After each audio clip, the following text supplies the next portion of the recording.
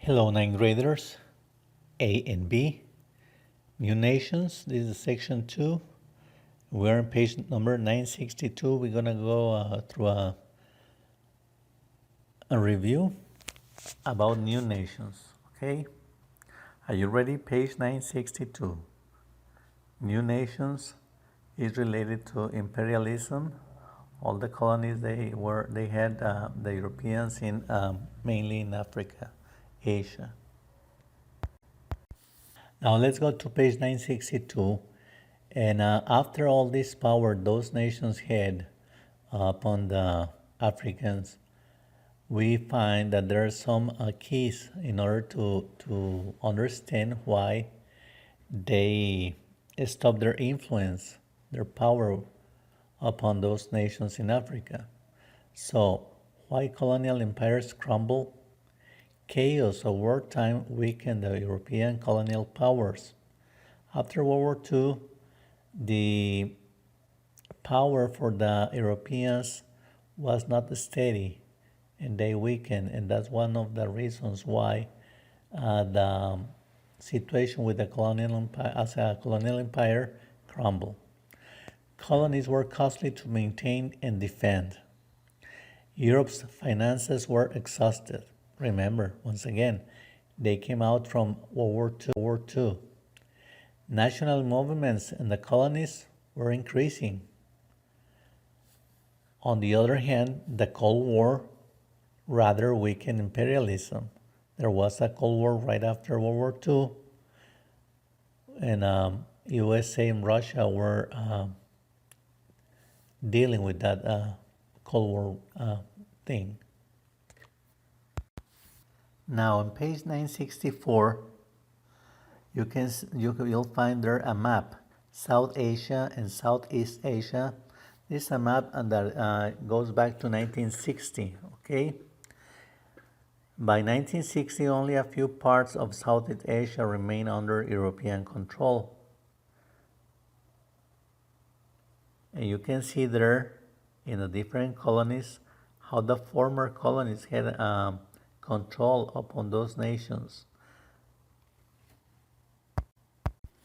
One of the important nations that gained independence was India. In India, the national movement led by Mohandas Gandhi gained strength. Most Indian nationalists refused to cooperate with Britain during World War II. Protests and nonviolent resistance showed the British that India will be difficult to control. Wary of war, British leaders entered negotiations with Indian nationalists. India's nationalist movement was split between the Hindu majority and the Muslim minority. Although Gandhi was a Hindu, he hoped Hindus and Muslims would share power, but Muslim leader Muhammad Ali Jinnah feared that Muslims would not be treated fairly in a nation dominated by Hindus.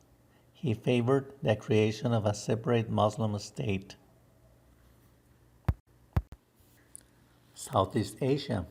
After religious riots broke out in 1946, the British agreed to create two separate nations, Hindu-dominated India and Muslim Pakistan. Both nations became independent in 1947. After that, they were taking care in Southeast Asia. Europeans also faced rising nationalism in Southeast Asia.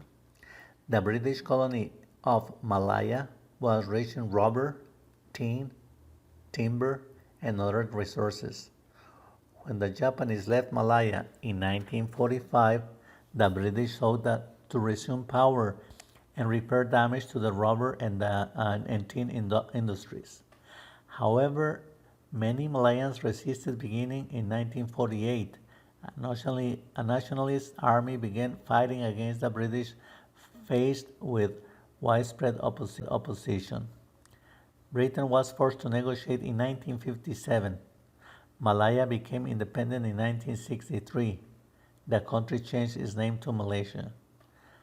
Burma had been a British colony since the early 1800s. A national movement led by Aung San first fought alongside the Japanese to expel the British, and then alongside the British to expel the Japanese. When the war ended, the nationalist movement became a political movement. Although Aung San was assassinated in 1947, the country became independent the following year. United States and the Philippines. The United States had no formal colonies, but it did control the Philippines. These islands had long been occupied by the Spanish.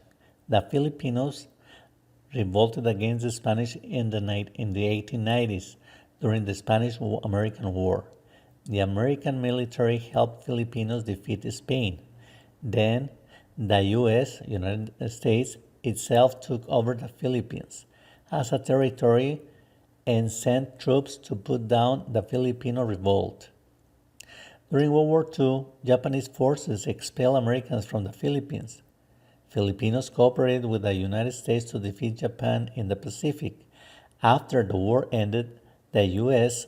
gave up its claims of the Philippines, and the nation became independent. New nations in Africa. When World War II ended, the only independent nations in Africa were Ethiopia, Egypt, Liberia, and white ruled South Africa. The rest of the continent was ruled by European powers.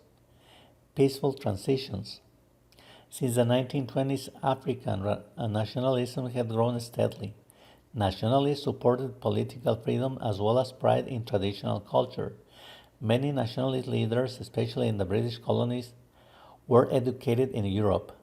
The colonial powers hoped to train them as colonial officials. Instead, they used their Western education in the fight against imperialism. Many risked prison to win freedom. For example, newspaper editors who called for independence were often arrested. In the early 1950s, Kwame Nkrumah of Ghana led nonviolent protests and strikes against British rule. The British arrested Nkrumah but agreed to form an elected legislature.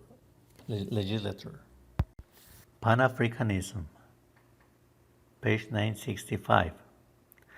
Nkrumah favored Pan-Africanism, the idea that all Africans should cooperate in order to make progress. Nkrumah was joined in this effort by Leopold Senghor, the leader of Senegal. Senegal won independence from France in 1960. A world-renowned poet and writer, Senghor asserted the beauty and power of Africa's traditional heritage. Kwame Nkrumah led Ghana to independence. However, not all African nations achieved their independence peacefully. Kenya and Algeria were two nations that won independence only after long violent struggles. In British-ruled Kenya, colonists had taken over land traditionally used by the Kikuyu people for farming and hunting. The colonists used the land to set up coffee and tea plantations. As you read at the start of the chapter, Jomo Kenyatta and other Kenyan nationalists protested the loss of the land and called for an end to British rule. In the late 1940s, some displaced Kenyans, known as Mau Mau, began attacking British settlers as well as Africans who worked for the colonial government. Within those peaceful transitions, Europeans talk of democracy, equality, and freedom, but did not apply these ideals to Africans. Although educated Africans respected some of the superior aspects of Western dominance, they hated colonial rule. Their resentment turned to action, and native Africans began to develop political parties and seek an end to foreign rule. That was the case of Nkrumah, who was participating in the legislature with the British.